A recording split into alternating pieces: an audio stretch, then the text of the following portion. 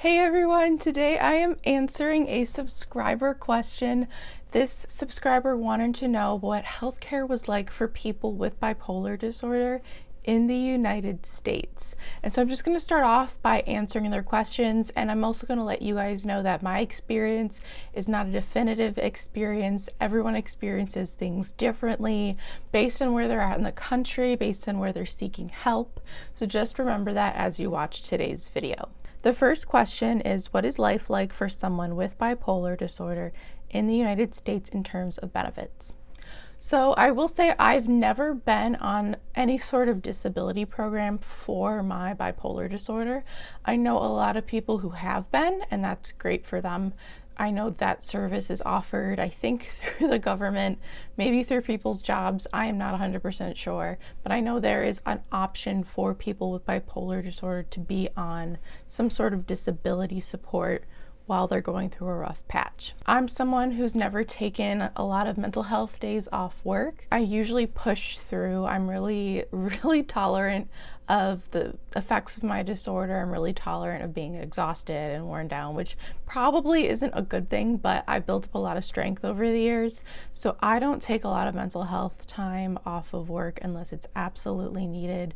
I'd say some jobs are great because they do offer mental health PTO and other jobs don't. So I think it's really important to pick and choose, like, okay, is this place that I work at going to be supportive of when I need time off or not? Pick the right company, pick a company with a policy and benefits that work for you. The next question is, if you are experiencing a crisis, can you stay at home to receive treatment, or do you have to be hospitalized? So I don't think there's any mandatory law or regulation that says we have to be hospitalized, but I think from what I've heard from people and knowing myself, it's on an as needed basis. So if you are at the point where you can't take care of yourself properly, it's probably a good idea to go to the hospital and get some treatment there for whatever period of time you need it. I've never been hospitalized for any of my crises. Like, I will usually just express my emotions in private. I'll go to God, I'll pray a lot. I have dealt with everything at home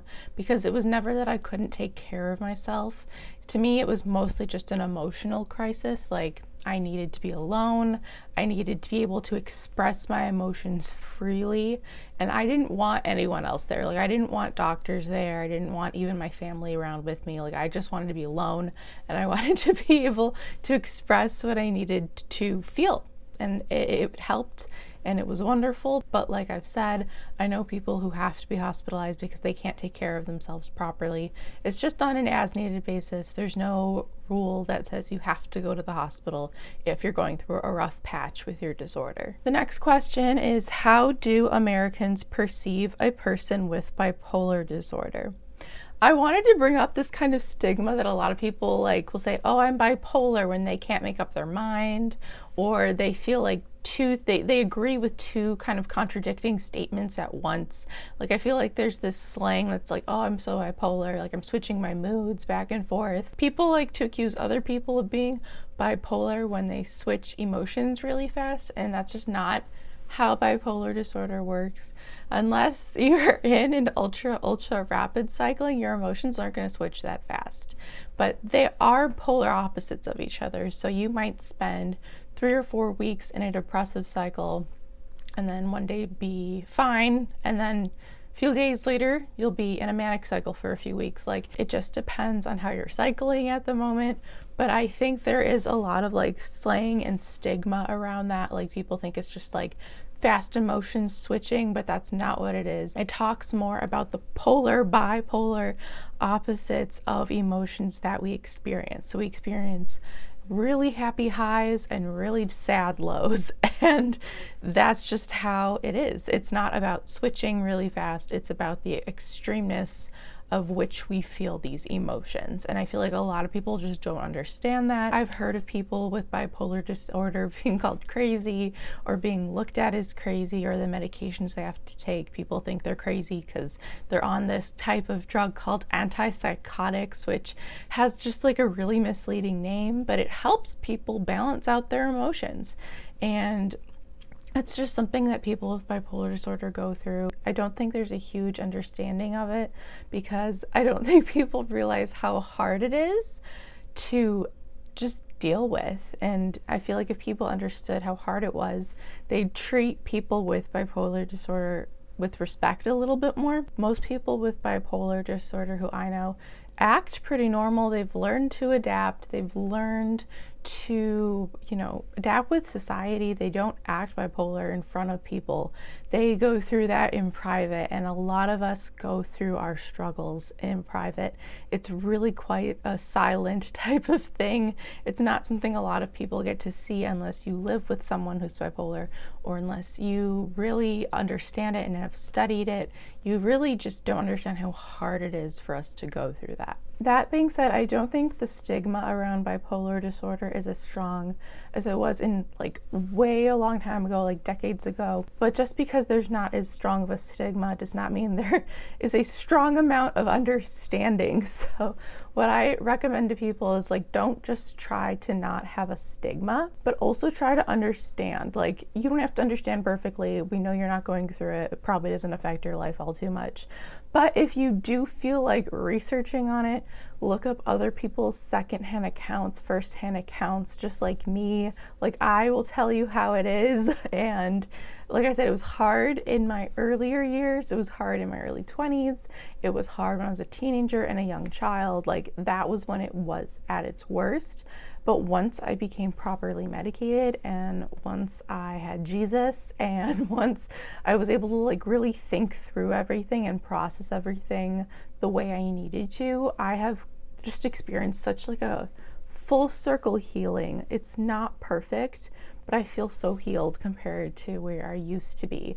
And it's just such a wonderful thing. The last question this person asked is, are you allowed to drive? So there, I don't think are any regulations on if you can drive if you have bipolar disorder. I think we can all drive as long as we have our driver's license. I mean, I have driven literally on medication that you're not supposed to drive on, and I'm fine. But I have been what's it called? Sleep drunk. I've never been drunk drive. I don't drink alcohol, guys. It makes me feel like poop. I do not drink alcohol. But I do drive sometimes while I am so sleep deprived. Like I said on this channel before, I had 8 months where I did not sleep, and I was driving to work every day and going to work, and I was at retail at the time, and I was standing up, I couldn't sit down all day, and I was just so exhausted, and I would literally fall asleep at red lights, and people would have to honk to wake me up. It was just such a dark time, and there was no regulation on that. I think it's more dangerous to drive while you are exhausted and have not slept in days than it is to drive with bipolar disorder, whether you're medicated or not medicated. It's there are worse scenarios, but yeah, we are allowed to drive. There's no rule on that. Yeah, but overall, I think most of us are able to figure out where we can get help that does not have any stigmas. I feel the mental health space is obviously very stigma free. There's not a lot of stigma with psychologists. I'd say based on this channel, everything I talk about, there's a lot more stigma within Christian communities. And that's why I have this channel, to break those stigmas and to share truth about the different ways God heals people with mental illness. It's not always perfect. Sometimes he uses natural means like he's done with me. And just literally building a relationship has healed me so much. Knowing that I'm loved, that I have a purpose, has done so much good for my mental health. And that's all thanks to Jesus. I wouldn't have that without him. But yeah, I don't know what it's like to have mental illness in other countries. I know some countries, I'm sure, are a lot stricter or a lot more prejudiced, have a lot more stigmas. In the United States, I wouldn't say it's all too bad, because there are places I think that anyone can go that are stigma free, and there are places we can go that are just going to be filled with stigma. And knowing where those places are and knowing where you fit in and where you can get help, I think that is just so important. If you guys have any other questions, feel free to let me know in the comments.